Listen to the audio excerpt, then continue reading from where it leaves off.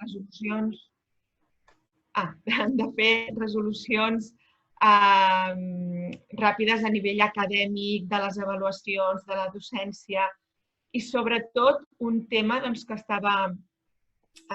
que preocupava molt i que cada vegada, quan ens anem acostant més al final del curs, preocupa més als estudiants, que és el de l'avaluació, com realitzar l'avaluació online, malgrat nosaltres com a universitat, i crec que la majoria d'universitats del sistema català prioritzen l'avaluació continuada i ara més que mai, i no donar tant pes a avaluacions, típics exàmens, exàmens escrits, però tot i així n'hi ha i, per tant, se li ha de donar la cobertura tecnològica i també la cobertura acadèmica per poder fer aquestes avaluacions de la millor manera. I tot això, perdona, Núria, i tot això pensat amb antelació, pensant en els exàmens que vindrien 2 mesos més tard, sense saber, amb la incertesa de si ja estaríem desconfinats o no, ara veiem que no, però quan es va pensar era tot com molt, no sabem què passarà, no? Bueno, realment les primeres setmanes, les primeres 2 setmanes van ser molt intenses, encara ho és, encara ho són. Tenim reunions setmanals amb els directors, amb les directores, amb les delegacions d'estudiants, per intentar solucionar les possibles incidències que estan havent-hi. Però realment, al principi, aquesta necessitat de preveure un futur que no coneix ningú i, per tant, ens passem el dia definint escenaris, possibles escenaris. Si estem aquí, si estem en aquesta fase, passarà això, si estem en aquesta fase, passarà allò, i preveure, perquè, com tu dius, les avaluacions no eren a 2 mesos vista. En el nostre cas, quan ens van decretar l'estat d'alarma i el confinament, nosaltres aquella setmana en la majoria de centres començàvem avaluacions parcials. I, per tant, ens vam adaptar, molts es van endarrerir, es van ajornar, però acabem de passar aquestes avaluacions parcials fa 1 o 2 setmanes, però ha sigut un molt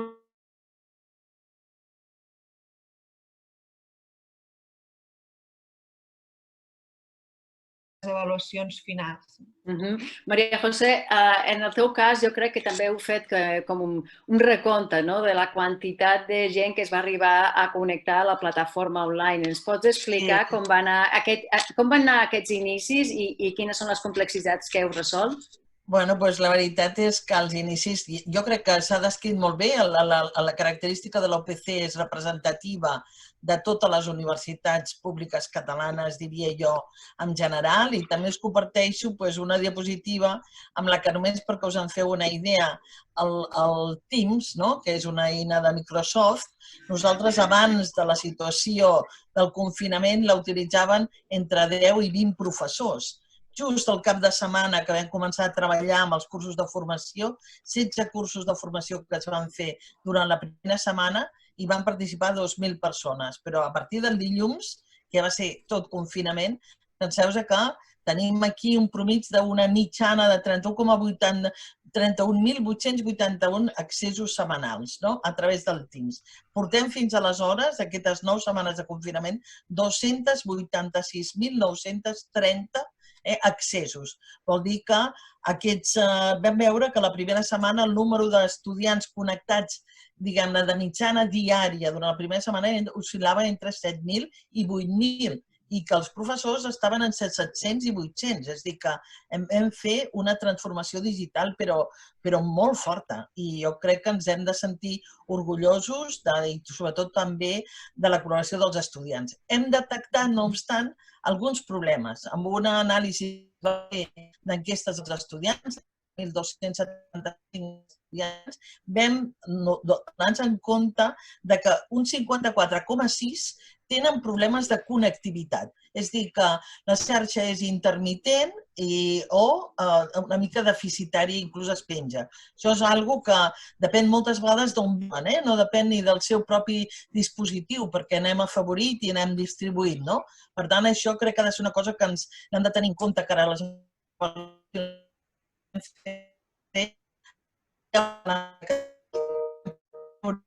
que teníem una avaluació única que podria ser presencial o que inclús també la volem fer online, però que estaria com a màxim la primera convocatòria el 17 de juliol i una segona convocatòria al setembre, pensant que potser ja podrem estar desconfinats i aquells estudiants que no hagin pogut, per la seva bretxa digital, circumstàncies familiars no gaire favorables, el que hagi sigut, doncs que es puguin acollir a l'avaluació aquesta únic, perquè creiem que ser una solució important que ningú es quedi fora de la universitat per culpa del Covid. Sí, perquè una de les coses que comentaves en aquest estudi que havíeu fet per valorar de quina manera els estudiants podien seguir el curs era que molts d'ells es connectaven a través del seu mòbil, que tampoc és una plataforma amb la qual pugui seguir uns estudis, no?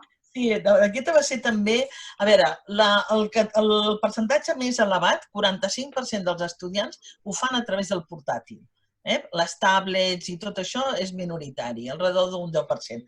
Però ens va cridar l'atenció un 34% dels estudiants utilitzen el seu dispositiu mòbil privat. Clar, seguir les classes o seguir molta lectura en un espai, en una cosa tan petitona, entenem que ara nosaltres hem proveït la compra de 200 ordenadors per si fan falta poder-los subministrar durant l'època d'avaluació, no?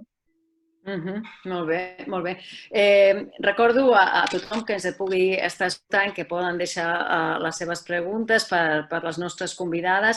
De fet, tenim un comentari aquí en el chat de Ulises Cortés que diu: la experiencia de docencia online como docente de la UPC hemos salvado la situación, pero dependemos de una plataforma como la de Google con la pérdida de autonomía tecnológica que ello implica. Espero la vuelta a la docencia presencial lo antes posible, dependiendo del estado de salud.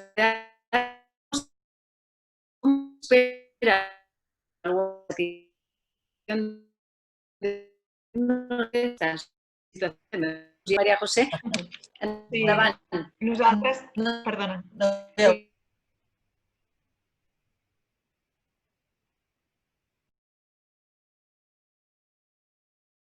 De fet, creiem que això és superimportant. Hem preparat una enquesta, aquesta consulta que passarem a tot l'estudiantat de la UPC per avaluar com ha sigut l'adaptació de totes i cadascuna de les assignatures des del punt de vista de l'estudiant, però també des del punt de vista del docent.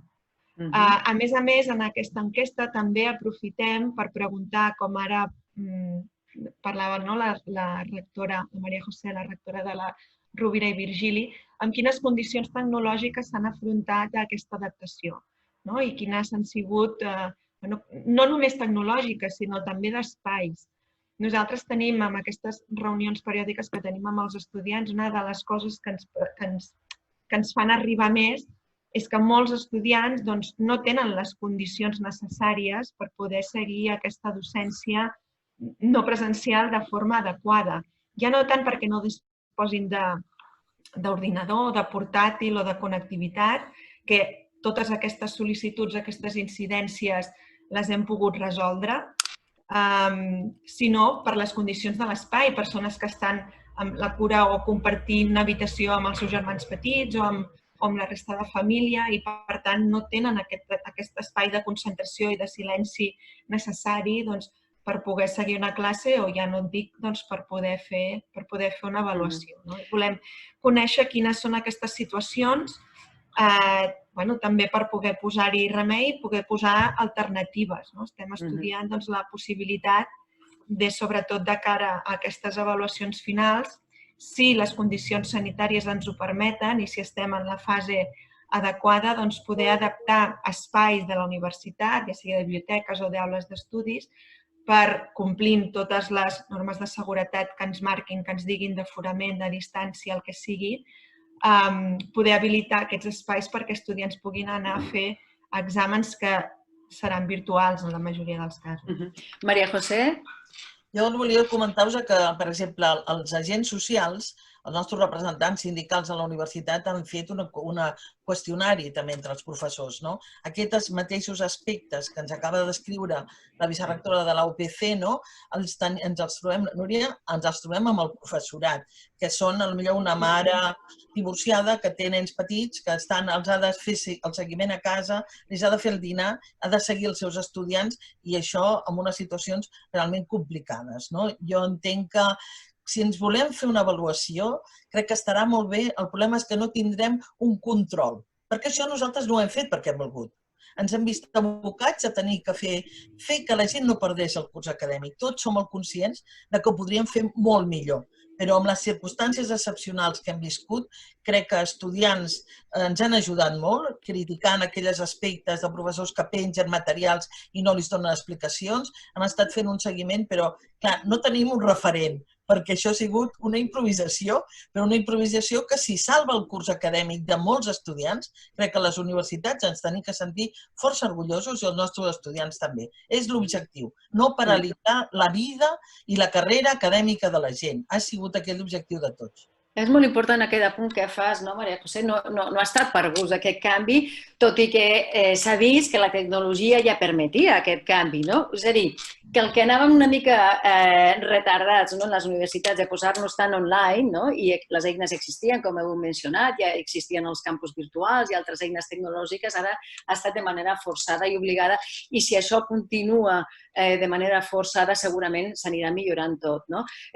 Introdueixo un comentari de l'Emili Giral, que el tenim ara en directe, i sobre un comentari que he fet sobre el que has comentat, Maria José, de que molts dels alumnes feien servir el seu mòbil, i ell diu és normal que facin servir el mòbil els estudiants. Hi ha millor cobertura de 4G que d'ADSL o de Wi-Fi, i aquest pot ser el motiu, tot i que no és, diguem-ne, la millor pantalla per seguir uns estudis.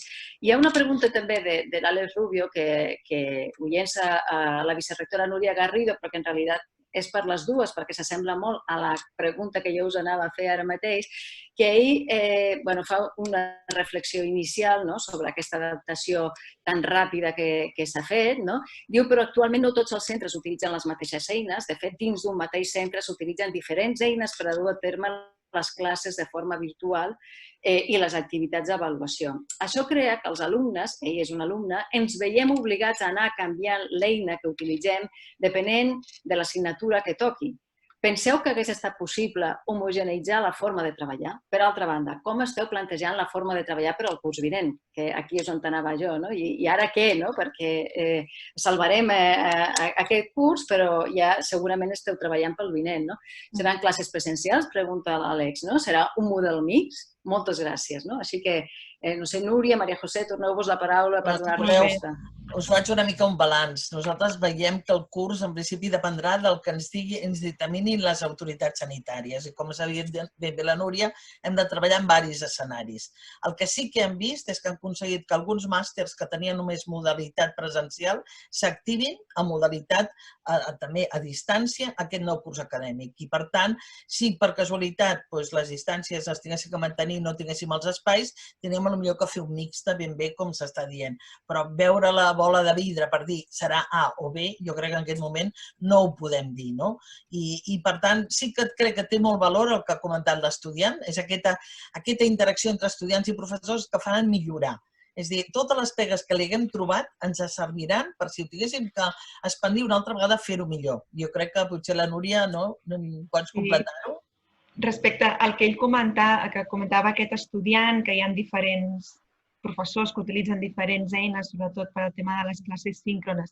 Nosaltres, des de la nostra universitat, des de la UPC, l'eina que hem posat a l'abast de tothom, professorat, estudiants, són les eines de Google i, per tant, la nostra plataforma per fer les classes síncrones és Meet. Sí que és cert que potser hi ha algun professor que se sent més còmode amb un altre tipus de plataforma i que ha utilitzat aquesta plataforma per les seves classes, però jo crec que de forma generalitzada, molt generalitzada, sí que s'estan utilitzant les eines que hem posat a l'abast amb les eines de l'entorn Google, de Meet, de Chat, del Drive, etc. Respecte al curs vinent, com molt bé deia la rectora, és molt complicat, però el que està clar és que aquests 2 mesos hem fet un intensiu, un aprenentatge que ens serà molt, molt útil de cara al curs vinent. La nostra voluntat, com a universitat presencial, perquè som universitat presencial i no volem deixar de ser-ho, i jo crec que ara, més que mai, posem en valor, ara que no el tenim, posem en valor la importància del contacte entre el professorat i l'estudiantat en les classes, aquesta relació humana propera, crec que és molt important i la volem continuar tenint perquè som, com deia, universitat presencial. I farem el màxim de presencialitat que puguem.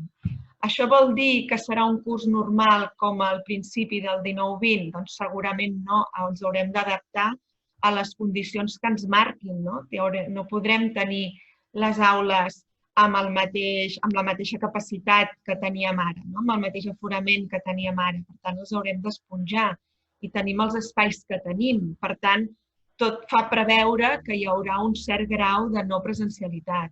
El que sí que nosaltres estem estudiant de forma conjunta amb les direccions dels centres és estudiar en diferents escenaris i que les escoles, les facultats, prioritzin les activitats que tenen un major valor afegit de presencialitat, perquè la presencialitat que puguem fer siguin aquelles activitats que tenen un valor afegit més alt.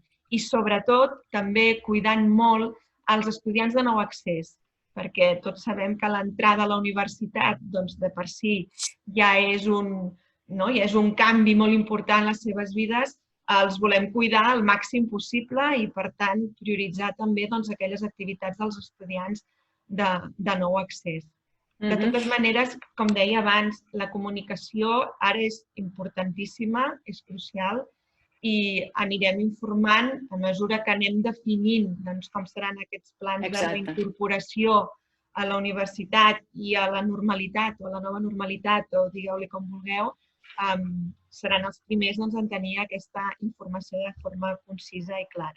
Jo crec que això d'aquests tanquis, me'l deixes que jo crec que la Núria m'apoyarà amb això molt ràpid. Jo crec que els serveis de recursos educatius, informàtics i TIC de la universitat mereixen un aplaudiment perquè sense el seu suport no haguéssim pogut fer aquesta marató que hem fet i que crec que ha sigut de gran ajuda per tothom. I no és només una marató, sinó, com deia al principi, un sprint, o sigui, és que amb un cap de setmana totes les eines estaven a la base disponibles, totes. Segur que s'hagués pogut fer millor, segur que hem comès algun error, segur que hi ha incidències que s'han de resoldre, però com deia la rectora, crec que com a universitat, com a comunitat universitària, ens hem de sentir orgullosos del que hem fet, tant professorat, estudiantat i el personal d'administració i serveis, que també ha jugat un paper importantíssim. Jo voldria fer un últim apunt, perquè ara ja sí que estem en els darrers minuts d'aquesta sessió, però va en relació justament part del que heu comentat. Fa uns dies sortia un estudi que des de diferents universitats anunciava ja que tindrien una caiguda d'alumnat significativa, perquè sobretot en postgraus, màsters i doctorats, perquè si eren estudiants estrangers ara no es podrien desplaçar tan fàcilment i si no, pel tema en el que són cursos de postgrau, pel tema econòmic. Hi havia incertesa de com se sortiria d'aquesta. La pregunta que jo us volia fer és, ara ben provant aquestes eines digitals, potser es podria donar o girar aquesta previsió i oferir aquests cursos de postgrau digitals i llavors així es recuperarien aquest alumnat que es diu que es perdrà? Com ho veieu?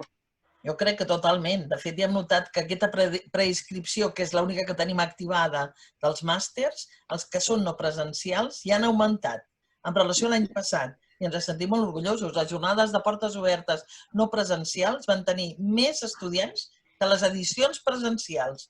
És a dir, 2.000 i pico, quan en realitat l'any passat vam estar 1.000 i pico. Vull dir, estem encantats. La veritat és que té una bona acollida. Jo crec que hem de seguir treballant en aquest àmbit. Crec que, com tot, la crisi és oportunitat i hem definit o hem après a utilitzar unes eines que fins ara no ens han calgut i estem descobrint la seva potencialitat. La Maria José parlava de les jornades de portes obertes, és així exactament. O sigui, aquesta comoditat que dona el no haver de desplaçar-se. Perdem coses, perdem el no poder visitar els espais, però per rebre informació dels graus o dels màsters és una boníssima eina de comunicació i d'acostar-nos amb aquests futurs estudiants. Nosaltres també, des de la UPC, també hem previst, perquè hi ha no només una manca de matrícula a nivell de màsters per als estudiants internacionals i també hem previst una certa flexibilitat per començar el curs de forma virtual i, per tant, que es pugui seguir, en aquests casos, que es pugui seguir també la docència d'aquesta manera, però també preveiem que potser, degut a les circumstàncies econòmiques que vindran després de la crisi sanitària, potser també tenim famílies que costarà assumir el cost de les matrícules universitàries i per això també hem definit un pla d'equitat i un pla d'ajudes per poder ajudar aquest estudiantat en els pagaments de matrícula, d'ajuts de situacions sobrevingudes, que em consta que totes les universitats tenim. Però hem fet ajuts complementaris per poder cobrir al màxim possible aquestes famílies que puguin tenir dificultats. També per als estudiants de nou accés iniciem les beques salari, també oferirem un número de beques salari per a estudiants de nou accés. Creiem que tota ajuda és important, per tant, per ajudar, com dèiem abans, a que cap estudiant abandoni o deixi enrere els seus estudis per qüestions o de la crisi sanitària o qüestions econòmiques. Precisament també per això, i ara ja amb això acabaré, però passo la pregunta que us fa l'Esther Cid també, que diu, m'agradaria conèixer, i amb això acabem, però diu, m'agradaria conèixer si des de les vostres universitats esteu considerant l'ús de les plataformes digitals de mentoring per ajudar els vostres estudiants de nou accés a reconnectar els vostres estudiants actuals amb els vostres alumni i a recuperar les seves pràctiques professionals i o oportunitats a les empreses durant el Covid i també post-Covid. No sé, Maria José, Núria, si podeu fer un apunt final per acomiadar ja... Crec que ha donat just. Hem d'utilitzar totes les possibilitats que tenim a la mà. Utilitzar per mentoring els alumni és una bona idea. També ho és la dels professors emèrits que tenim. És a dir, tenir totes aquestes ajudes d'estudiants que poden donar suport a altres, això és excel·lent i crec que hi hem de seguir treballant. Molt bona suggerència. Sí, de fet, nosaltres aquest servei de mentories ja el tenim instaurat en molts centres, però justament just abans que comencés la crisi de la Covid-19, havíem fet una jornada amb tots els centres per estudiar bones pràctiques sobre mentoria i vam elaborar un document de bones pràctiques amb les iniciatives de les escoles i facultats que ja ho tenien implementat en els seus centres i ara ens va de fàbula, diguéssim, per poder estendre-ho a tots els graus i a tots els centres que encara no ho tenien.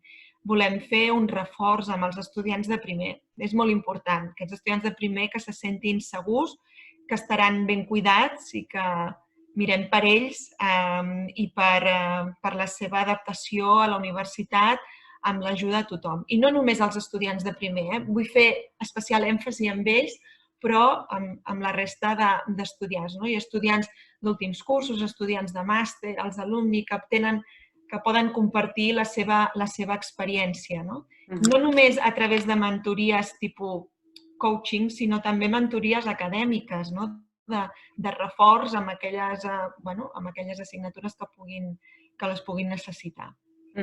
Acabarem amb el suggeriment del Juanjo García, que diu, si heu vist el No pot ser, el programa d'en Jordi Basté d'aquest cap de setmana, si no, recomana moltíssim que el veieu tots els que ens esteu seguint, perquè allà es mostra com es pot arribar a l'estructura de classes telemàtiques immersives que es van veure ja, es van fer a Harvard, on gairebé són estudis de televisió amb l'alumnat i professors telemàticament. I llavors, a veure si aquí aconseguiríem arribar a aquesta realitat immersiva.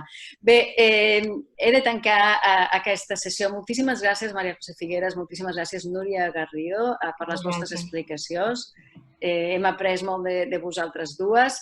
A la gent que ens ha seguit avui i a les altres setmanes ha estat un plaer haver moderat aquest cicle de sessions tecnològiques. Espero que els hagi resultat molt interessant. I a mi ja només em queda donar-li la paraula a la directora general de Societat Digital, Joana Barbany, que farà aquest repàs del cicle de converses. Joana, és el teu torn.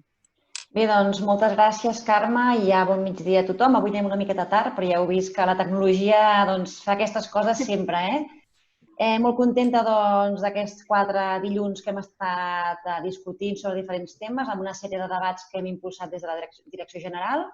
Vam començar els debats fa 4 setmanes amb la Marta Gascón i el Fabrizio Magnani i vam parlar sobretot de tecnologia, de quines tecnologies futures hi hauria en el mercat tenint en compte aquesta crisi de coronavirus que hem patit. Al segon Sit and Talk vam parlar del tema de moda, que és el teletreball, i ho vam fer amb 2 grans dones i grans professionals d'aquest tema, com són la Meritxell Bautista i l'Ester Manzano. La setmana passada vam tornar a sentar-nos en temes de tecnologia, amb una xerrada sobre el tema de la intel·ligència artificial en temps de crisi, com la intel·ligència artificial la fem servir per seguir les pandèmies, per seguir com hem d'evolucionar, per fer anàlisi de dades, etc. I ho vam fer amb la Carina Gibert, que és investigadora de la UPC, i amb el Jordi Vitriakis, catedràtic també de la universitat. I avui, finalment, hem fet un debat molt interessant, penso. Llàstima que realment 25 minuts és curtet, però així les coses, quan et quedes amb les ganes, venen més de ganes de repetir-les. I ho hem fet amb la Núria Garrido, la vicerectora de Docència i Estudiantat de la UPC, i amb la Maria José Figuera, rectora de la Universitat Rovira i Virgili, a qui agraeixo moltíssim que ens hagin avui acompanyat. Per tant, per cloure aquesta sèrie de debats, bàsicament agrair en primer lloc a tots els que ens heu acompanyat aquests dies. Hem estat al voltant de 350 persones les que hem gaudit d'aquests debats en petit format i qui no hagi pogut seguir les sessions, penjarem tots els vídeos i les intervencions a la pàgina web del departament. També agrair en segon lloc als participants i a les participants en aquests diàlegs. Són persones que de seguida ens han dit que sí, ningú m'ha dit que no mai. Sí que hem hagut d'ajustar, evidentment, les agendes, però moltes gràcies a tothom per participar, perquè ho heu fet de manera totalment desinteressada i us ho agraeixo molt. I, per últim, l'equip tècnic que ho ha fet possible. Com sabeu, treballem amb nous formats que fan que ens haguem de reinventar sovint i és un gran repte, però ens anem sortint més o menys bé gràcies al Xavi, a la Carme i a la Mònica. I, per tant, valoro el Sit and Talks molt positivament, tan positivament que estem muntant una segona edició d'un Sit and Talks, que ben aviat us donarem notícies. I res, us desitjo que estigueu de salut i que ens puguem veure aviat físicament i abraçar els molts dels que esteu aquí, que us conec personalment. Moltes gràcies. Vosaltres. Molt bé. Adéu. Adéu. Gràcies. Adéu.